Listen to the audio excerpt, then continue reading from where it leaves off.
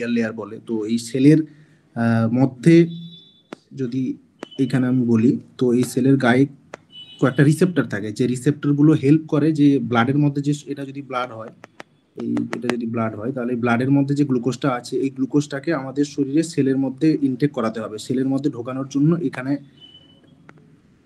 Receptor থাকে। তো এই রিসেপ্টরের মাধ্যমে এই সেলের মধ্যে গ্লুকোজটা ইনটেক হয়। তো এটা এই যে রিসেপ্টরগুলো যেগুলো প্রেজেন্ট থাকে সেলের গায়ে, এগুলোকে বলে গ্লুট রিসেপ্টর। গ্লুট রিসেপ্টর বলে।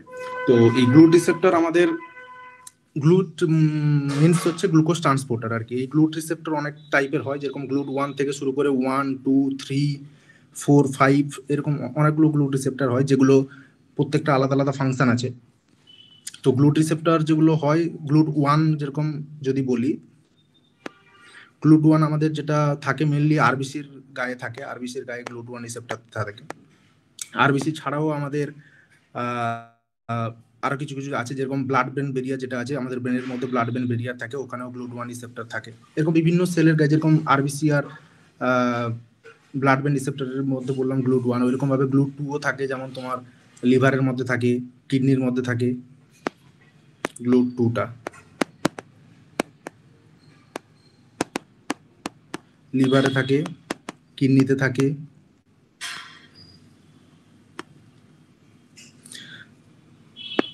প্যানক্রিয়াসের মধ্যে থাকতে পারে,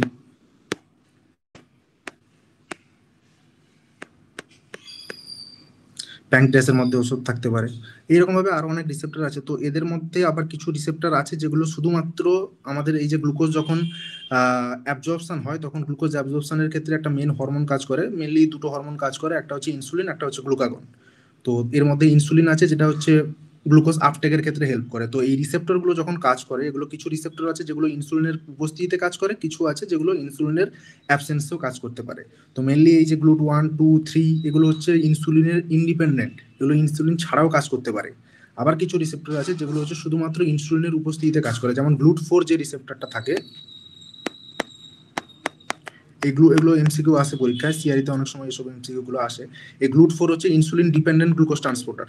এটা যেখানে থাকে সেটা হচ্ছে তোমার গ্লুট 4টা মেনলি, এটা তোমার গ্লুট 4 যেখানে থাকে সেটা হচ্ছে অ্যাবান্ডন্ট হিসাবে থাকে, স্কেলিটাল মাসেলে থাকে,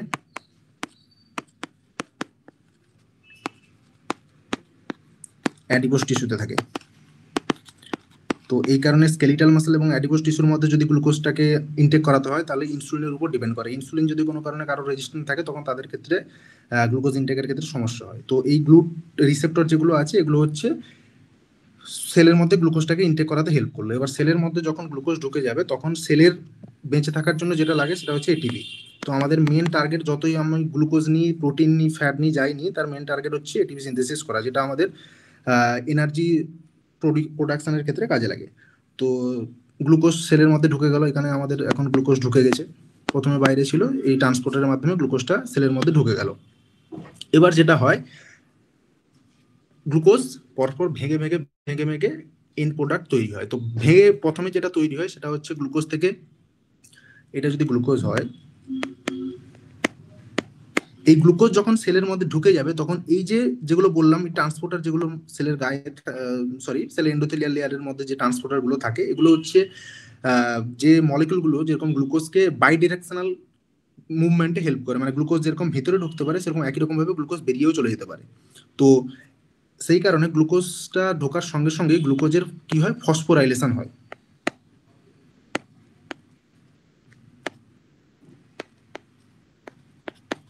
গ্লুকোজের কি হয়, ফসফোরাইলেশন হয়। ফসফোরাইলেশন মানে হচ্ছে একটা ফসফেট গ্রুপ, যেটা হচ্ছে গ্লুকোজের, আমরা যদি গ্লুকোজের স্ট্রাকচারটাকে দেখি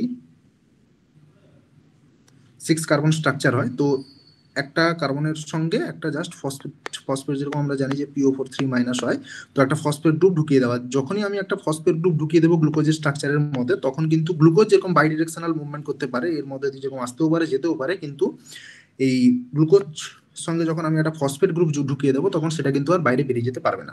সেই কারণে গ্লুকোজের ফসফোরাইলেশনের দরকার হয়। এবার গ্লুকোজের ক্ষেত্রে আমি যদি এটা যেরকম এই যে 6 কার্বন স্ট্রাকচার, তো এটা এক থেকে আমি যদি এটাকে এক ধরি, এটাকে যদি এক ধরি 1 2 3 4 5 6, তো এই 6 কার্বনের সঙ্গে যদি আমি একটা ফসফেট গ্রুপ যুক্ত করাই তাহলে PO4 3 তাহলে কি হলো, গ্লুকোজের 6 কার্বনের সঙ্গে একটা ফসফেট গ্রুপ ঢুকে গেল, এটাকে বলে গ্লুকোজ 6 ফসফেট। তো এই ফসফেটটা এলো কোথা থেকে, এই যে ফসফেটটা আমি যেটা ঢোকালাম গ্লুকোজের সঙ্গে, ওই ফসফেটটা এলো কোথা থেকে, তো কোথা থেকে, কোথাও না কোথা থেকে তো একটা ফসফেট নিশ্চয়ই আসবে যেটা এই গ্লুকোজের সঙ্গে যুক্ত হবে, সেটা আসছে মেনলি এটিপি থেকে। তো এটিপি আমরা জানি যে এটিপির ফুল ফর্ম হচ্ছে অ্যাডিনোসিন ট্রাইফসফেট। তো এটিপি থেকে যখন একটা ফসফেট বেরিয়ে আসবে সেটা গ্লুকোজের 6 কার্বনের সঙ্গে যুক্ত হবে, তখন এটিপি থেকে একটা ফসফেট কমে যাবে, তখন যেটা পড়ে থাকবে সেটা হচ্ছে এডিপি। তাহলে এই প্রসেস যেটা হলো, গ্লুকোজের সঙ্গে একটা ফসফেট যুক্ত হলো, দিয়ে তৈরি হলো গ্লুকোজ 6 ফসফেট, একটা ফসফেট বেরিয়ে যাওয়ার পরে যেটা পড়ে থাকলো সেটা হচ্ছে এডিপি। তো গ্লুকোজের সঙ্গে এই একটা ফসফেট যুক্ত হওয়ার পরে যেটা তৈরি হলো সেটা হচ্ছে গ্লুকোজ 6 ফসফেট। এই রিয়াকশনটাকে বলে ফসফোরাইলেশন রিয়াকশন। যে কোনো, শুধুমাত্র এটা নয়, যে সমস্ত জায়গায় এই রকম কেস হয় যে একটা মলিকুলের সঙ্গে একটা ফসফেট যুক্ত হবে, দিয়ে একটা নতুন স্ট্রাকচার তৈরি হবে, যেখানে ফসফেট হয় এটিপি থেকে আসুক বা অন্য কোনো সোর্স থেকে আসুক, দিলে যেটা তৈরি হয় সেটা হচ্ছে ফসফোরাইলেশন রিয়াকশন। এখানে যেরকম গ্লুকোজ থেকে ফসফোরাইলেশন রিয়াকশনের মাধ্যমে গ্লুকোজ 6 ফসফেট তৈরি হলো। তো গ্লুকোজ ছিল,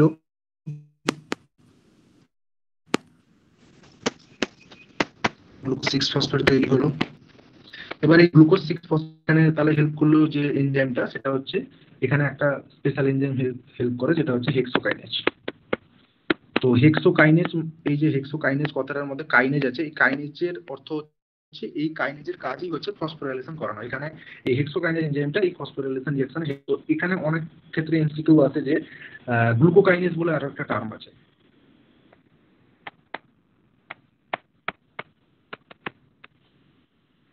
গ্লুকোকাইনেজও ইউজ হয় কোনো কোনো ক্ষেত্রে। তো ডিফারেন্স হচ্ছে কি, হেক্সোকাইনেজ হচ্ছে ডিফারেন্ট টিস্যুতে প্রেজেন্ট, ডিফারেন্ট সেলের মধ্যে বা ডিফারেন্ট টিস্যুর মধ্যে প্রেজেন্ট থাকতে পারে, বাট গ্লুকোকাইনেজ স্পেসিফিক্যালি প্রেজেন্ট থাকে হচ্ছে লিভারে।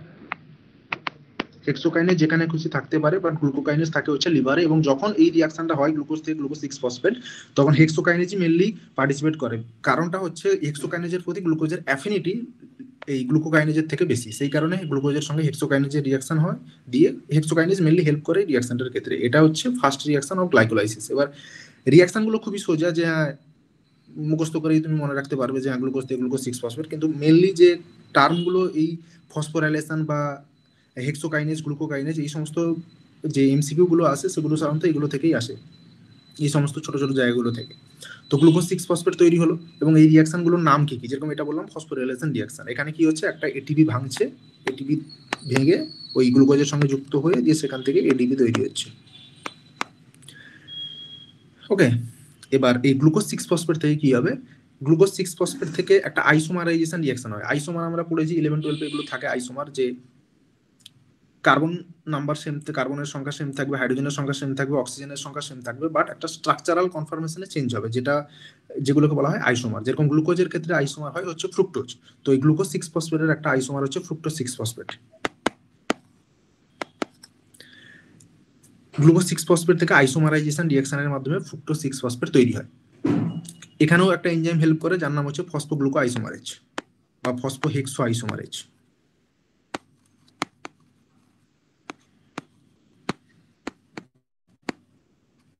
ফসফোগ্লুকো আইসোমারেজ বা ফসফোহেক্সো আইসোমারেজ এই রিঅ্যাকশনটা হেল্প করে, দিলে কি হয়, গ্লুকোজ 6 ফসফেট থেকে ফ্রুক্টোজ 6 ফসফেট তৈরি হয়।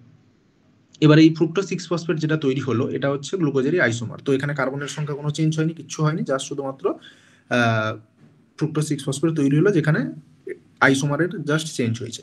এবার এই ফ্রুক্টোজ 6 ফসফেট থেকে যেটা তৈরি হয় সেটা হচ্ছে, এখান থেকে আবার একটা এনজাইম কাজ করে, যেটা হচ্ছে, এবার এই রিয়াকশনগুলো গ্লাইকোলাইসিসের ক্ষেত্রে আমাদের যে বই ফলো করো দেখতে পাবে, কিছু কিছু রিয়াকশন আছে বাই ডিরেকশনাল, কিছু কিছু রিয়াকশন আছে ইউনিডিরেকশনাল বা ইরিভার্সিবল, রিভার্সিবল। যেরকম এই প্রথম যে স্টেপটা করলাম, গ্লুকোজ থেকে গ্লুকোজ 6 ফসফেট, গ্লুকোজ থেকে গ্লুকোজ 6 ফসফেট তৈরি হতে পারে, বাট গ্লুকোজ 6 ফসফেট থেকে গ্লুকোজ এই রিয়াকশনের মাধ্যমে তৈরি হতে পারে না। তো এই কারণে এটা হচ্ছে ইরিভার্সিবল রিয়াকশন। পরের যে রিয়াকশনটা বললাম, গ্লুকোজ থেকে গ্লুকোজ 6, গ্লুকোজ 6 ফসফেট থেকে যে ফ্রুক্টোজ 6 ফসফেট, এটা হচ্ছে রিভার্সিবল, মানে এখান থেকে যেরকম এটা তৈরি হতে পারে, ফ্রুক্টোজ 6 ফসফেট থেকে সেমন ভাবেই আবার গ্লুকোজ 6 ফসফেট তৈরি হতে পারে। নেক্সট যে রিয়াকশনটা, যেটা ফ্রুক্টোজ 6 ফসফেট থেকে, এটা হচ্ছে ইরিভার্সিবল রিঅ্যাকশন। এবং এখানে যে এনজাইমটা কাজ করে সেটা হচ্ছে এখানে এই এনজাইমটা খুবই গুরুত্বপূর্ণ, যেটাকে বলে পিএফকে, ফসফোফ্রুক্টোকাইনেজ, পিএফকে। তো এই পিএফকে এখানে স্পেসিফিক্যালি পিএফকে ওয়ানটাই হেল্প করে। পিএফকে মানে হচ্ছে ফসফোফ্রুক্টোকাইনেজ, যেটা এখানেও আবার কাইনেজ বললাম, একটু আগেও বলেছিলাম কাইনেজ। কাইনেজ মানে কি বলেছিলাম, যে ফসফোরাইলেশনে হেল্প করবে। মানে কি, কোনো একটা সোর্স থেকে একটা ফসফেট নিয়ে ওটা ওই ফসফেট গ্রুপটাকে একটা সাবস্ট্রেটের সঙ্গে যুক্ত করবে। তো ফ্রুক্টোজ 6 ফসফেটে অলরেডি একখানা ফসফেট ছিল। এবার আমি যেহেতু ফ্রুক্টোকাইনেজ এনজাইমটা দিলাম, এর সঙ্গে কাইনেজ কথাটা যুক্ত আছে, তার মানে কি করবে, এ আরো একটা ফসফেট গ্রুপকে যুক্ত করে দেবে। তো ফ্রুক্টোজ 6 ফসফেট ছিল। এবার এই ফ্রুক্টোজ 6 ফসফেটের স্ট্রাকচার যদি এটা হয়,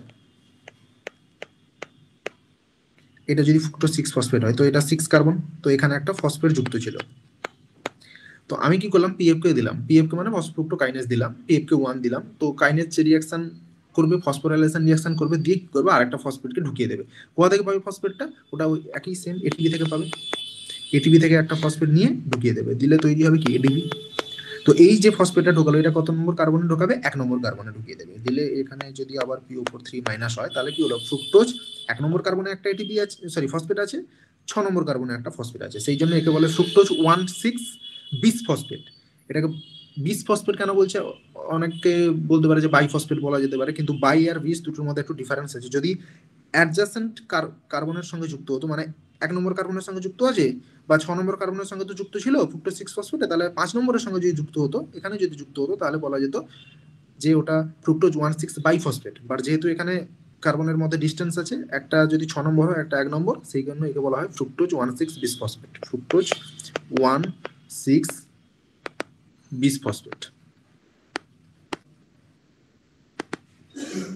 তো এই পিএফকেটা যেটা এখানে, এটাকে বলা হয় আবার কার্বোহাইড্রেট মেটাবলিজমের ক্ষেত্রে, গ্লাইকোলাইসিসের ক্ষেত্রে এটাকে রেট লিমিটিং স্টেপও বলে। কেন বলে, কারণ হচ্ছে এই পিএফকে যে এনজাইমটা আছে, একটা এনজাইম যদি তোমরা পড়ে থাকো, যে এনজাইমের নর্মাল যে স্ট্রাকচার হয়, এনজাইমের একটা অ্যাক্টিভ সাইট থাকে। এনজাইমের একটা, এটা যদি একটা এনজাইম হয়, তাহলে এনজাইমের একটা অ্যাক্টিভ সাইট থাকে, এটা হচ্ছে অ্যাক্টিভ সাইট, যেখানে এই অ্যাক্টিভ সাইট দিয়ে এনজাইম কি করে, সাবস্ট্রেটের সঙ্গে বাইন্ড করে। যে কোনো এনজাইমের একটা অ্যাক্টিভ সাইট থাকে, সেই অ্যাক্টিভ সাইটের মাধ্যমে এটা যে কোনো সাবস্ট্রেটের সঙ্গে বাইন্ড করে। এটা হচ্ছে অ্যাক্টিভ সাইট। আরও একটা সাইট থাকে এনজাইমে, যেটাকে বলা হচ্ছে অ্যালোস্টেরিক সাইট, যেটা কোথায় থাকে, অ্যাক্টিভ সাইটের একদম এগেনস্টে থাকে, বিপরীতে। এরকম জায়গায় যদি থাকে অ্যালোস্টেরিক সাইট, তাহলে এই অ্যালোস্টেরিক সাইটের মাধ্যমে এই জায়গাটা যদি কোনো কিছু যুক্ত হয়, যেটা কি করতে পারে, এই এনজাইমের যে অ্যাক্টিভিটি, ওটাকে বাড়াতে পারে আবার কমাতে পারে। মানে সাপোজ এটা যদি পিএফকে হয়, ফসফোফ্রুক্টোকাইনেজ হয়, তাহলে পিএফকে এর এই অ্যালোস্টেরিক সাইটে যদি কিছু যুক্ত হয়, যে কোনো সাবস্ট্রেট হতে পারে, যার মরফোলজি এর সঙ্গে সমান হবে, অ্যাক্টিভ সাইটের মরফোলজির সঙ্গে সমান হবে, তাহলে কি হবে, ও এর রিঅ্যাকশনটাকে বাড়াতে পারে বা কমাতে পারে। তো এক্ষেত্রে কি হয়, এই পিএফকে এর যে অ্যালোস্টেরিক সাইট যেটা আছে, পিএফকে এর অ্যালোস্টেরিক সাইটে বিভিন্ন সাবস্ট্রেট বা বিভিন্ন সাবস্টেন্স যেগুলো যুক্ত হয়ে এই রিঅ্যাকশনটাকে বাড়াতে পারে বা কমাতে পারে। ওই কারণে পিএফকে এর বলা হয় যে রেট লিমিটিং স্টেপ, যেহেতু এই এনজাইমের অ্যালোস্টেরিক সাইডে বিভিন্ন সাবস্টেন্স যুক্ত হয়ে এই রিঅ্যাকশনটাকে বাড়াতে পারে বা কমাতে পারে। তো এটা শর্ট কোশ্চেন আসে অনেক সময়, পিএফকে 1। আরও একটা আছে পিএফকে 1 যেরকম হয়, পিএফকে 2ও হয়। তো পিএফকে 2 কাজ কি, এখানে যেরকম ফ্রুক্টোজ 6 ফসফেট থেকে ফ্রুক্টোজ 1,6 বিস ফসফেট তৈরি হলো, সেই একই রকম ভাবে ওখানে কি হয়, ফ্রুক্টোজ 6 ফসফেট থেকে যদি আমি পিএফকে 2 লাগাই, তখন সেখানে তৈরি হচ্ছে ফ্রুক্টোজ 2,6 বিস ফসফেট। এই ফ্রুক্টোজ 6 ফসফেটের সঙ্গে যদি আমি পিএফকে 2 লাগাই, তখন যেটা তৈরি হয় সেটা হচ্ছে ফ্রুক্টোজ 2,6 বিস ফসফেট।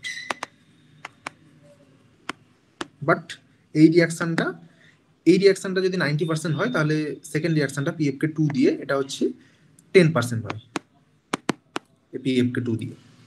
সাধারণত গ্লাইকোলাইসিসের ক্ষেত্রে পিএফকে 1 দিয়ে কাজ হয়, দিয়ে তৈরি হয় ফ্রুক্টোজ 1,6 বিস ফসফেট।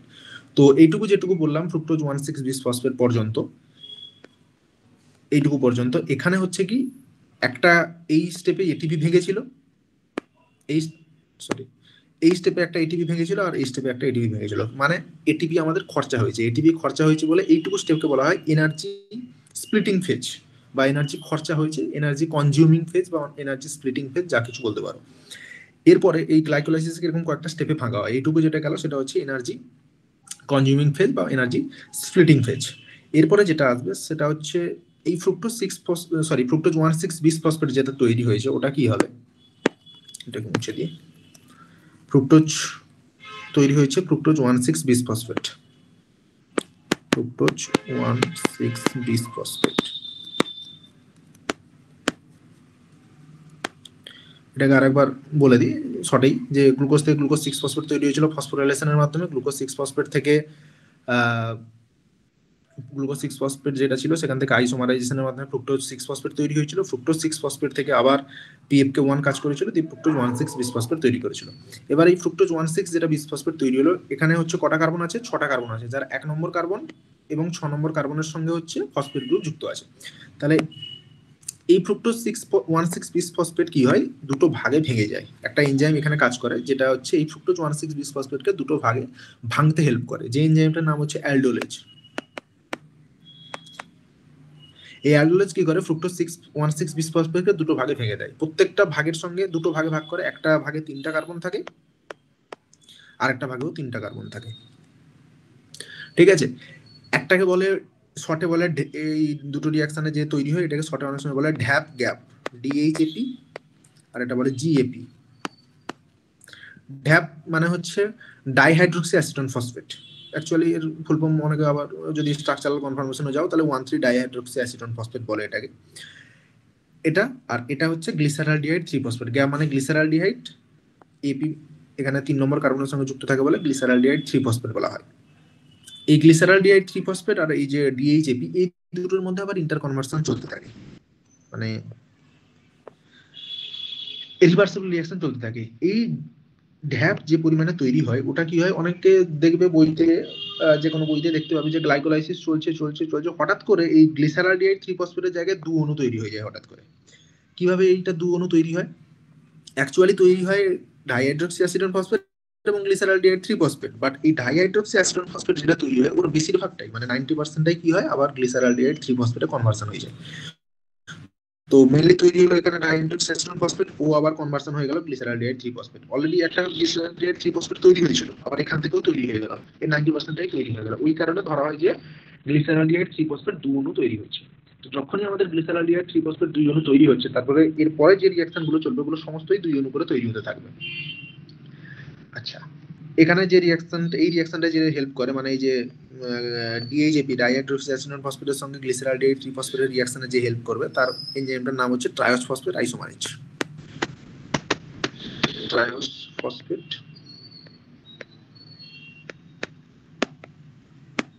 আইসোমারেজ। ঠিক আছে, তো গ্লিসারালডিহাইড 3 ফসফেট তৈরি হলো। এবার এই গ্লিসারালডিহাইড 3 ফসফেট থেকে কি তৈরি হবে? গ্লিসারালডিহাইড 3 ফসফেট থেকে আবার রিঅ্যাকশন হবে, যেগুলো হচ্ছে রিভার্সিবল রিঅ্যাকশন। মেইনলি এখানে 3টা ইরিভার্সিবল রিঅ্যাকশন হয়, যেখানে অলরেডি বলে ফেলেছি। গ্লুকোজ থেকে গ্লুকোজ 6 ফসফেট যখন তৈরি হয়, এখানে গ্লুকোজ থেকে গ্লুকোজ 6 ফসফেট তৈরি হওয়ার সময় সেটা হচ্ছে একটা ইরিভার্সিবল রিঅ্যাকশন। আর কোনটা ইরিভার্সিবল রিঅ্যাকশন? ফ্রুক্টোজ 6 ফসফেট থেকে যখন ফ্রুক্টোজ 1,6 বিসফসফেট এখানে তৈরি হচ্ছে, এটা হচ্ছে একটা ইরিভার্সিবল রিঅ্যাকশন। মানে এই রিঅ্যাকশনটা আবার ব্যাকে, মানে ফ্রুক্টোজ 1,6 বিসফসফেট থেকে ফ্রুক্টোজ 6 ফসফেট হয় না, একই রকম ভাবে গ্লুকোজ 6 ফসফেট থেকে গ্লুকোজ এই রিঅ্যাকশনের মাধ্যমে তৈরি হয় না। তার একটা অল্টারনেটিভ রাস্তা আছে, যেটা যখন নিওগ্লুকোজেনেসিস তোমরা পড়বে তখন ওখানে জানতে পারবে। এখানে যেটা বলছিলাম, গ্লিসারালডিহাইড 3 ফসফেট থেকে এখানে একটা এনজাইম কাজ করবে যেটার নাম হচ্ছে ডিহাইড্রোজিনেজ এনজাইম। কি ডিহাইড্রোজিনেজ? Glyceraldehyde 3 phosphate dehydrogenase. তো এরও একটা, যেরকম কাইনেজের ক্ষেত্রে বলেছিলাম ফসফোরাইলেশনে হেল্প করে, তো মানে একটা ফসফেট গ্রুপ ঢুকিয়ে দেয়। গ্লিসারালডিহাইড 3 ফসফেটের ক্ষেত্রে এখানে আমাদের কাজ করবে হচ্ছে গ্লিসারালডিহাইড 3 ফসফেট ডিহাইড্রোজিনেজ। ডিহাইড্রোজিনেজ এটা একটু ভালো করে বোঝার আছে যে ডিহাইড্রোজিনেজ এনজাইমের কাজটা কি। ডিহাইড্রোজিনেজ এনজাইম কিভাবে কাজ করে? এটা সাধারণত অক্সিডেশন রিডাকশন রিঅ্যাকশনের মাধ্যমে কাজ করে। মানে কি?